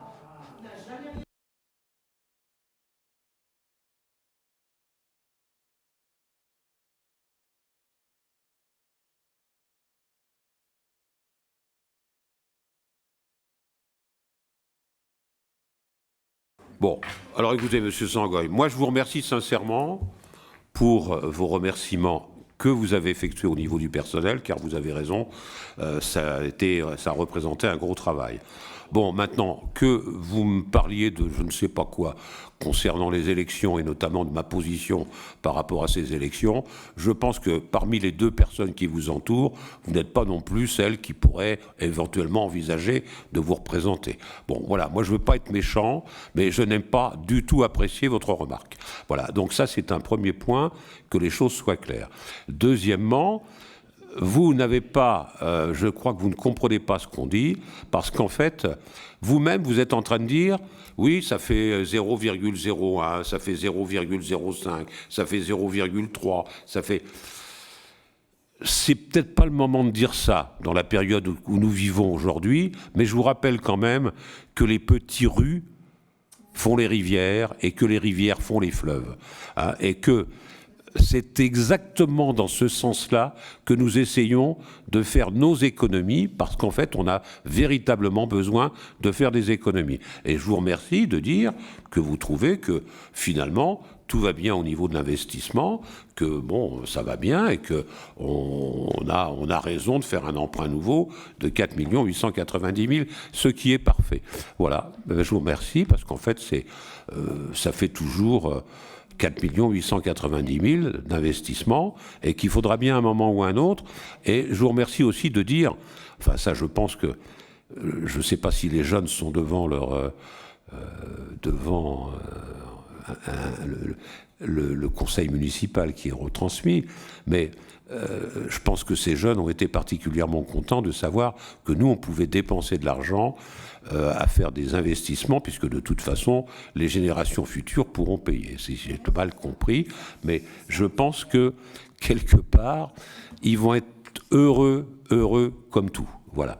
Et je vous remercie de cette précision. Je saurais le répéter s'ils ne l'ont pas entendu. Parce qu'effectivement, c'est bientôt les élections municipales. On peut toujours en penser aussi. Merci pour ça. Alors, y a-t-il d'autres questions et d'autres remarques? Non? Eh bien, je vous propose de voter. Qui est contre? Non, on vote par chapitre, monsieur le maire. Et non. Ben, je voulais t'éviter tout ça. Ah ben, ça aurait été avec plaisir, monsieur le maire. Bon, eh ben voilà.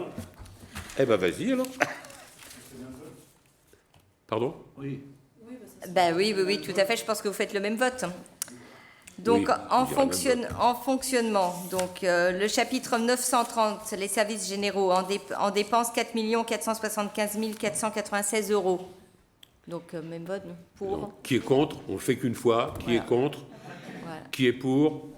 Voilà. Et après, on dira même vote. Voilà. En recette, 84 975 000 €. Même vote. Le chapitre 931, la sécurité, en dépenses, 1 308 210 €. Même vote. En recettes, 500 €. Le chapitre 932, enseignement, formation, pro-apprentissage pour un montant de 3 189 794 €. Même vote. En recettes, pour un montant de 587 000 €. Même vote. Le chapitre 933, culture, vie sociale, jeunesse, sport et loisirs, pour un montant de 2 796 421 €. Même vote. En recettes, pour un montant de 593 400 €.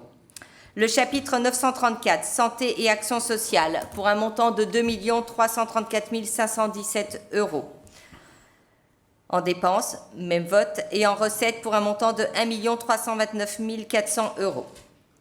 Le chapitre 935, aménagement des territoires et habitat, pour un montant en dépenses de 731 725 €. Même vote. Et en recettes, pour un montant de 617 400 €. Même vote. Le chapitre 936, action économique, en dépenses pour un montant de 74 513 €. Même vote. En recettes, il n'y en a pas. Le chapitre 937, l'environnement, pour un montant en dépenses de 40 800 €. Même vote, il n'y a pas de recette. Le chapitre 938, les transports, pour un montant de 166 200 €. Même vote. En recettes, elles sont pour un montant de 81 687 €. Nous avons en recette le chapitre 940, les impositions directes, pour un montant de 11 242 117 €. Même vote. Le chapitre 941, les autres impôts et taxes en dépenses pour un montant de 2 789 466 €. Même vote. Et en recettes pour un montant de 2 997 728 €. Même vote. Et en recettes, le chapitre 942, les dotations et participations pour un montant de 1 830 602 €. Même vote. Le chapitre 943, les opérations financières pour un montant de 285 000 €. Même vote. Et en recettes pour un montant de 20 003 €. Même vote. Le chapitre 945, provisions et autres opérations mixtes en dépenses, nous n'en avons pas, ni en recettes. Le chapitre 946, le transfert entre les sections pour un montant en dépenses de 525 000 €. Même vote, nous n'avons pas de recettes. Le total 953, virement à la section d'investissement pour un montant de 1 217 850 €. Et en recettes, nous avons l'excédent de fonctionnement reporté 2023 que nous ne votons pas. Le total des dépenses de fonctionnement en dépenses s'élève pour un montant de 19 934 992 € et que vous retrouvez heureusement en recettes le même montant. En ce qui concerne la section d'investissement, nous avons en dépenses le chapitre 900, les services généraux, pour un montant de 475 205 €. Même vote, nous n'avons pas de recettes. Le chapitre 901, la sécurité, pour un montant en dépenses de 101 810 €. Même vote, nous n'avons pas de recettes. Le chapitre 902, enseignement, formation, pro-apprentissage, pour un montant de 155 210 €. Même vote, nous n'avons pas de recettes. Le chapitre 903, culture, vie sociale, jeunesse, sport et loisirs, pour un montant de 4 542 305 €. Même vote, nous n'avons pas de recettes. Le chapitre 904, santé et action sociale, pour un montant de 58 570 €. Nous n'avons pas de recettes. Le chapitre 905, aménagement des territoires et habitat, pour un montant de 916 400 €. Même vote, nous n'avons pas de recettes. Le chapitre 906, l'action économique, ni dépenses ni recettes. Le chapitre 907, l'environnement, ni dépenses ni recettes. Le chapitre 908 concernant les transports, en dépenses, nous avons 584 000 €, nous n'avons pas de recettes. Le chapitre 921, taxes non affectées, nous n'en avons pas. Par contre, nous avons une recette de 50 000 €. Le chapitre 922, les dotations et participations, nous n'avons pas de dépenses. Et nous avons des recettes pour un montant de 2 500 032,85 €. Le chapitre 923, dettes et autres opérations financières en dépenses pour un montant de 1 217 000 €. Et en recettes, nous avons 4 974 77,01 €. Le chapitre 925, opérations patrimoniales en dépenses pour un montant de 107 600 €. Et en recettes, nous avons aussi le même montant, 107 600 €. Le chapitre 926, transfert entre sections, nous n'avons pas de dépenses et nous avons par contre des recettes pour un montant de 525 000 €. Et le chapitre 951 en recettes, qui est le virement de la section de fonctionnement, qui s'élève à un montant de 1 217 850 €. Et en recettes, nous avons aussi le chapitre 954, qui sont le produit de cession, qui s'élève à un montant de 80 675 €. Le total de dépenses d'investissement s'élève à un montant en dépenses de 10 50 940,88 € et en recettes, elle s'équilibre aussi pour un montant de 10 50 940,88 €. Merci, Monsieur le maire. Merci, tu vas un petit peu, puisque c'est Anna qui va maintenant te relayer. Merci. Avec la mise en place de la prime exceptionnelle en faveur du pouvoir d'achat. Merci, Monsieur le maire. Alors, le décret 2023-1006 du 31 octobre 2023 portant création d'une prime de pouvoir d'achat exceptionnelle pour certains agents publics de la fonction publique territoriale permet le versement d'une prime exceptionnelle pour soutenir le pouvoir d'achat des agents des 3 fonctions publiques, État, hospitalière et territoriale. La ville de Lac-Cambry a souhaité instituer la prime au bénéfice des agents dans les mêmes conditions que la fonction publique d'État et de la fonction publique hospitalière. S'agissant des modalités de versement, la prime sera attribuée aux agents fonctionnaires titulaires et stagiaires, ainsi qu'aux agents contractuels de droit public, sous réserve de remplir les conditions cumulatives ci-dessous. Il faut donc avoir été nommé ou recruté à une date d'effet antérieure au 1er janvier 2023, avoir perçu une rémunération brute inférieure ou égale à 39 000 € au titre de la période courante de juillet 2022 à juin 2023 et être employé et rémunéré par un employeur public au 30 juin 2023. La rémunération brute prise en compte est celle perçue au titre de la période courante de juillet 2022 à juin 2023, déduction faite de la prime de garantie individuelle de pouvoir d'achat, plus connue sous le nom de JIPA, et de la rémunération issue, bien évidemment, des heures supplémentaires défiscalisées. Le montant de la prime est réduit à proportion de la quotité de travail et de la durée d'emploi sur la période courante, donc juillet 2022, juin 2023.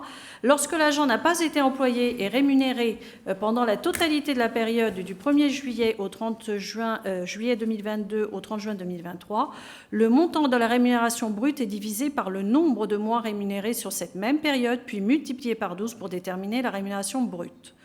Lorsque plusieurs employeurs publics ont successivement employé et rémunéré l'agent au cours de la période de juillet 2022 à juin 2023, la rémunération prise en compte est celle versée par l'employeur qui emploie et rémunère l'agent au 30 juin 2023.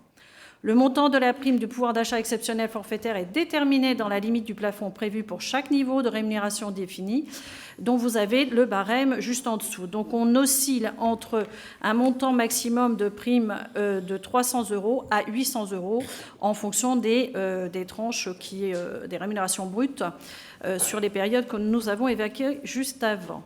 Donc cette prime sera versée en un seul et unique versement avant le 30 juin. La prime de pouvoir d'achat exceptionnelle n'est pas reconductible.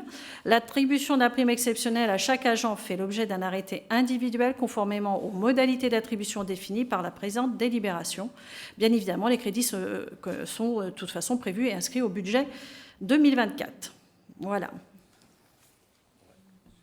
Très bien. Avez-vous des questions, des remarques ? Juste Monsieur Giral. Ouais, une question. Est-ce que vous pouvez nous préciser le nombre d'agents qui sont concernés? Le nombre de personnes concernées d'agents Le concernés. nombre? Ouais. Juste. Alors, vous savez, on est à peu près à 200-250 personnes. Nous avons majoritairement des contractuels, des titulaires et des stagiaires, donc très peu de vacataires. Je dirais que on va dire 90% d'entre eux, mais le nombre, je ne l'ai pas en tête. Exact. Vous l'avez? 190. Ah ben voilà, 190. Sur 200. Voilà. Merci, monsieur le directeur général. D'autres questions? Pas d'autres questions? Donc, qui est pour? Merci. Alors, nous passons à la 11e, qui est la mise à jour du tableau des effectifs. Oui. Alors, merci, monsieur le maire. Donc, sur le tableau sur cette note, nous avons une petite modification à apporter. On va considérer que c'est une modification qui sera sur table. Le grade d'attaché pour la filière administrative n'est pas celui-ci, c'est celui d'attaché hors classe qui est créé. Si vous voulez bien prendre note, mes chers collègues, de cette modification, suite à une information donnée à ce jour. Donc, on se met d'équerre. On est de toute façon dans la même dynamique. Donc, il s'agit de toute façon d'actualiser le tableau des effectifs et il est donc proposé la création des grades dont on a besoin. Donc, pour la filière administrative, comme je l'évoquais, donc c'est le grade attaché hors classe qui est donc à prévoir. Pour la filière médico-sociale, il s'agit du grade auxiliaire de puériculture de classe normale. Et pour la filière technique, il nous faut donc un grade adjoint technique. Voilà. Merci, Anna. Des questions, des remarques? Non. Qui est pour? Parfait. Qui dit création dit suppression? Alors, j'ai plus les suppressions. Où sont-elles? Ah, je les ai plus. Au secours. Je les ai plus. Excusez-moi. Alors... dans le cadre de l'actualisation, toujours le blad du tableau des effectifs, il s'agit de procéder aux suppressions des grades suite Flûte, excusez-moi, voilà. Donc, suite au départ d'agents qui sont donc en mutation ou en départ à la retraite, certains grades ne sont donc pas utilisés depuis plus de 2 ans et sont donc supprimés dans un souci de transparence. Si un grade devait être nécessaire, l'autorité territoriale procéderait à sa création afin d'assurer la continuité d'un service public de qualité. Et c'est tout à fait ce que nous avons fait sur la délibération antérieure. Donc, pour la filière médico-sociale, donc un grade d'auxiliaire de périculture de classe supérieure. Pour la filière sociale, un grade d'ADSEM principal de 2e classe. Pour la filière culturelle, 2 grades d'assistant d'enseignement artistique principal de 1re classe à temps non complet. Pour la filière sportive, un grade d'éducateur des APS à temps non complet. Voilà pour les suppressions, afin de nous mettre en adéquation avec le réel dans la mesure du possible. Des questions, des remarques? Non. Qui est pour? Qui est contre? Qui s'abstient? Merci. Alors, on passe à la 13. Les subventions municipales aux associations et organismes. Et donc... J'ai pris son pouvoir. Voilà, tu as son pouvoir, donc c'est à toi de le faire. D'accord. Donc, un courrier électronique a été envoyé le 11 décembre à toutes les associations répertoriées sur la ville pour qu'elles puissent, si elles le souhaitent, remplir un dossier téléchargeable sur le site de la ville pour demander une subvention. Ce dossier intègre d'une part des renseignements relatifs à l'association, la domiciliation, la composition du bureau, le directeur, le tableau des récapitulatifs des sports, des spécificités, enfin, tout ce qu'il faut dans un dossier. Un bilan comptable, ce qui est important aussi, de l'année 2023, et un bilan prévisionnel 2024. D'autre part, il est demandé aux associations un bilan d'activité 2023 ainsi que les projets pour l'année 2024. Les associations avaient plusieurs dates pour déposer ce dossier en mairie et un dossier complémentaire à la direction des événements de la logistique à la DELVA. Donc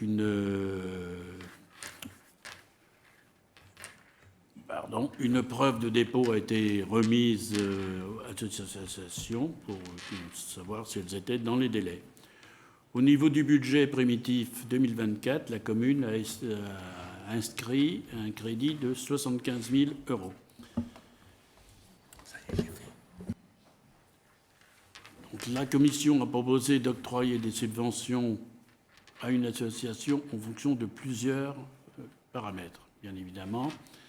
Donc le montant demandé, bien sûr, les résultats de l'année sur l'année N-1, bilan comptable et d'activité, l'intérêt public local, les projets 2024, c'est important aussi, les spécificités des adhérents, notamment sur le nombre d'adhérents caudassiens et non caudassiens, et les tranches d'âge.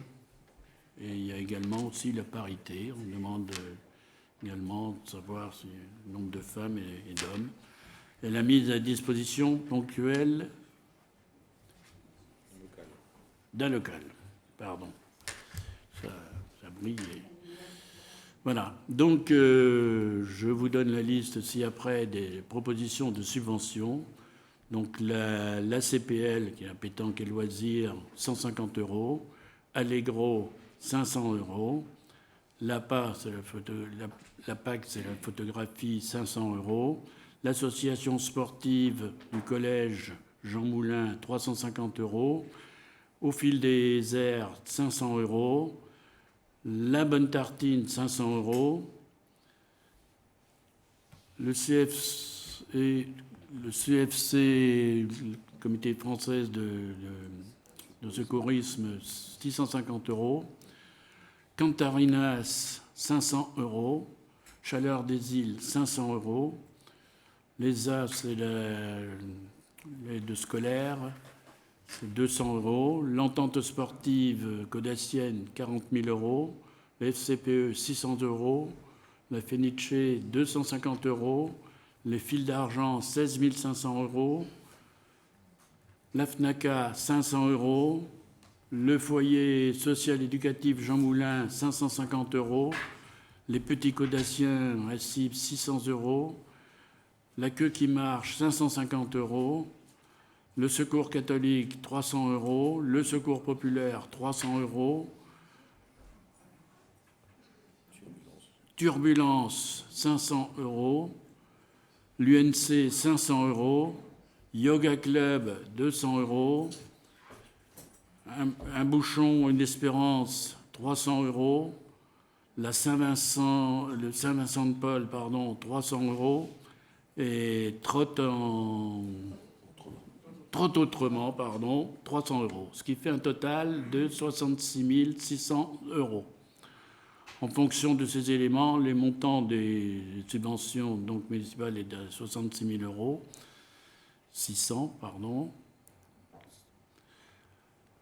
Deuxième partie de la délibération concerne les versements de subventions municipales aux organismes, établissements et autres associations pour l'année 2024. Donc des subventions au CCAS pour 125 000 €, une subvention versée à la Caisse des écoles pour 13 000 € et la subvention versée à la MAC et l'association des employés municipaux pour 10 000 €. Donc, celle-ci est donc intégrée au budget pour 2024. Merci Alain. Avez-vous des questions ou des remarques? Monsieur Sangoy. Oui, merci pour cette lecture, Monsieur Comparo. On va voter pour la délibération. J'ai juste une petite question, parce que je n'appartiens pas à la commission concernée. Dans les critères qui permettent de fixer les subventions, dans quelle mesure les tranches d'âge interviennent? C'est plutôt en faveur des jeunes ou comment ça fonctionne? C'est pour avoir un petit peu une vue de l'activité, mais il est bien évident, si on compare les fils d'argent et puis l'ESC, on ne peut pas trancher sur ce critère.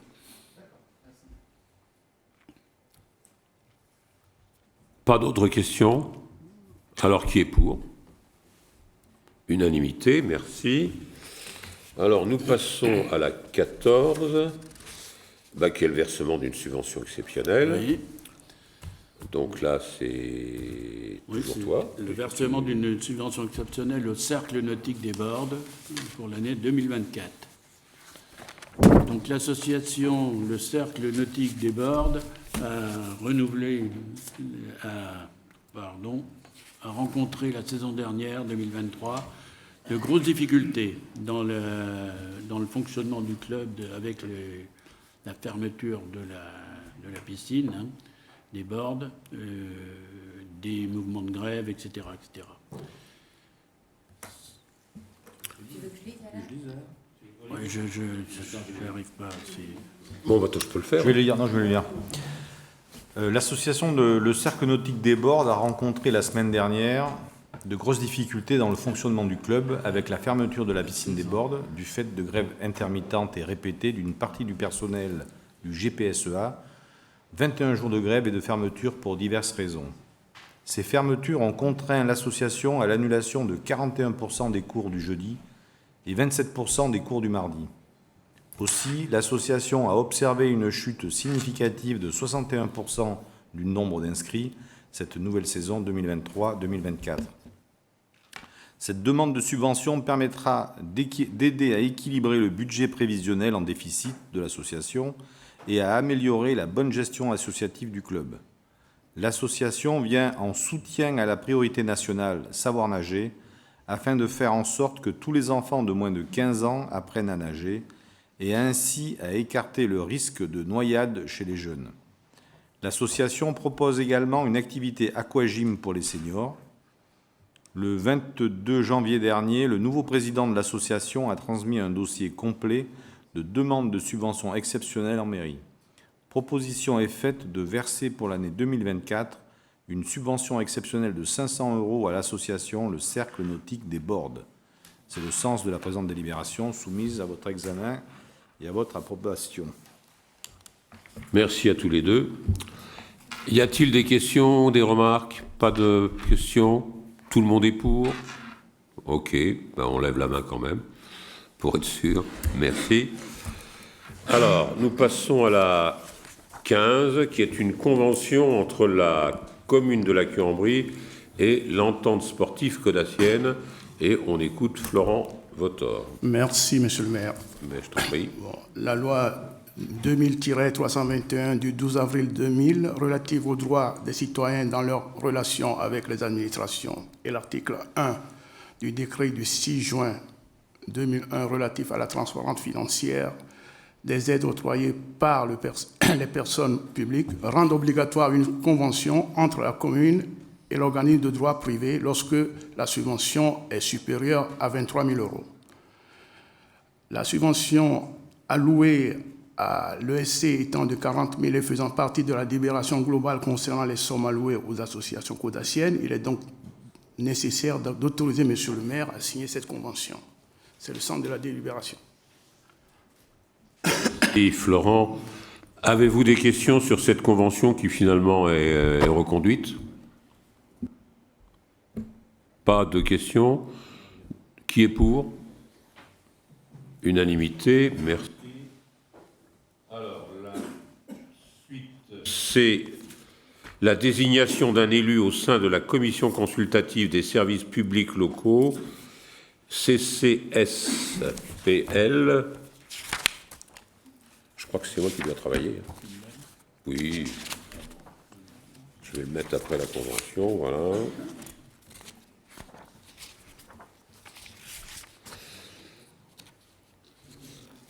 Je vais la lire, hein, c'est peut-être mieux. Oui, bon, je vais la lire. Donc, conformément à l'article 5 de la loi numéro 2002-276 du 27 février 2002, qui est relative à la démocratie de proximité, et l'article L. 1413-1 du Code général des collectivités territoriales, qui prévoit que les communes de plus de 10 000 habitants sont tenues de créer, pour l'ensemble des services locaux, qu'elles confient à un tiers, par convention de délégation de services publics, une commission consultative des services publics locaux, dite CCSPL. Pour rappel, cette commission examine notamment le rapport annuel établi pour chaque délégataire et se prononce sur tout projet de délégation de services publics avant le conseil municipal. Elle émet un avis sur tout projet de création ou de modification de partenariat avant la délibération du conseil municipal. Cette consultation consultative est composée du maire, en qualité de président, des membres de l'assemblée délibérante désignée dans le respect du principe de la représentation proportionnelle, et des représentants d'associations locales nommés par le conseil municipal. L'objet, donc, c'est la démission de monsieur Prouez, qui était le suppléant de Madame Aubry, qui a démissionné en 2023, en novembre 2023, donc il est nécessaire de délibérer pour nommer son remplaçant. Après la saisine du groupe concerné, proposition est faite de nommer monsieur Philippe Chrétien, suppléant de la CCSPL.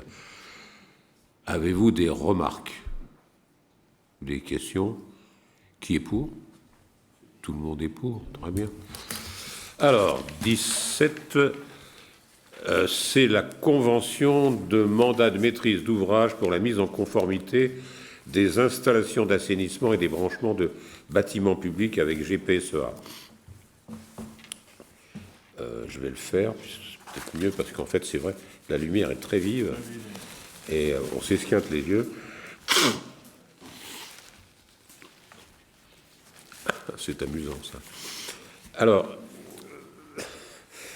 dans le cadre du plan baignade, Grand Paris Sud-Est Avenir réalise des contrôles de conformité d'assainissement des bâtiments publics. Donc, à l'issue de ces contrôles, des travaux de mise en conformité peuvent s'avérer nécessaires. C'est dans ce contexte que les communes qui le souhaitent peuvent confier à GPSEA, par la voie d'une convention de mandat, la réalisation de ces travaux de mise en conformité des installations d'assainissement et des branchements des bâtiments qui ont fait l'objet d'une attestation de non-conformité. À cet effet, la commune de la Queue-en-Brie a sollicité GPSEA afin qu'il puisse réaliser les travaux de mise en conformité des installations d'assainissement et des branchements de plusieurs bâtiments lui appartenant. Alors notamment l'école élémentaire Jean Jaurès, le groupe scolaire Lamartine et le groupe scolaire Jean Zé. Compte tenu de la qualité de maître d'ouvrage public de la commune, les parties consentent à soumettre la présente convention au régime des mandats de maîtrise d'ouvrage prévu à l'article L. 2422-5 du Code de la commande publique, et ce, même si le mandataire ne perçoit aucune rémunération. Proposition est faite d'autoriser Monsieur le maire à signer la convention si annexée avec GPSEA. Avez-vous des questions, des remarques? Monsieur Sangoy. Je n'ai pas de questions, c'est juste une remarque. Donc évidemment, nous sommes extrêmement favorables.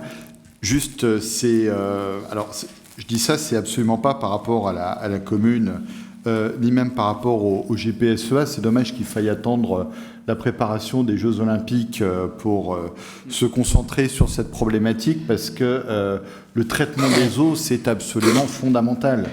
Et Dieu sait qu'à chaque fois qu'il y a des travaux quelque part et qu'on est amené à vérifier des branchements, on constate toujours des multitudes d'erreurs. Et là, on a affaire à des pollutions qui sont totalement nuisibles pour la santé. Enfin bon, en tout cas, c'est positif. Comment dire qu'on puisse faire toutes ces mises aux normes. Donc, nous allons voter pour. Très bien. Ben, c'est déjà bien de voter pour. Bon, par contre, je ne sais pas pourquoi vous êtes en train d'attaquer le GPSEA, parce que le GPSEA s'occupe de l'assainissement. Ah bon, très bien. Ben alors ça va alors. Non, j'avais l'impression qu'il avait pris du retard et que c'était parce qu'il y avait les Jeux Olympiques qu'il était en train de le faire. Mais quand vous avez mélangé les Jeux Olympiques, excusez-moi, j'ai fait une erreur. Je retire ce que je viens de dire. Monsieur le maire, c'est juste parce qu'en commission, le rapport a été fait. C'est pour ça que je parlais des Jeux Olympiques. D'accord. Voilà. Très bien. Sinon, j'étais dans la commission responsable avant le GPSEA dans le territoire. Je peux témoigner que l'intercommunalité a toujours pris ce problème à bras-le-corps. Ah. J'espère continuer à le faire. Je ne sais pas trop. Je pense que M. Cessa, qui vraisemblablement est membre de cette commission, pourrait nous renseigner utilement. Mais enfin bon, a priori, au moins au niveau des services techniques, tout le monde est sur le pont. Il n'y a pas de souci. Très bien. Merci pour eux.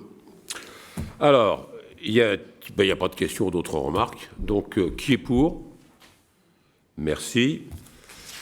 Alors, ensuite, nous avons la 16, 17, 18. C'est quoi la 18? Oui. Oui. Ben, je ne sais pas où aller. Ben, alors, qui est-ce qui le dit, ça? Personne. C'est un arrêté préfectoral. C'est Cosmo, je crois. Oui, c'est Cosco, c'est... Oui. Alors, c'est tout ça, là? On n'a pas... Vous n'êtes pas obligé de la lire, c'est juste pour dire que ça a été communiqué au conseil municipal. Oui, d'accord, ok. Ok, oui. Bon, donc vous savez qu'on avait voté pour Cosco, enfin contre justement la mise en place de la station-service, et que donc on est obligé de vous dire que vous avez bien pris connaissance que ça avait été communiqué au préfet. Voilà, donc c'est tout. Il n'y a pas autre chose. Donc, est-ce que ça veut dire que nous avons terminé? C'est ça? Très bien. Ben, écoutez, chers collègues, je vous remercie. Ça a été une séance agréable, très sympathique, avec quand même un éclairage qui, la prochaine fois, j'espère, pour les yeux, seront un petit peu moins forts. Et je vous souhaite à tous et à toutes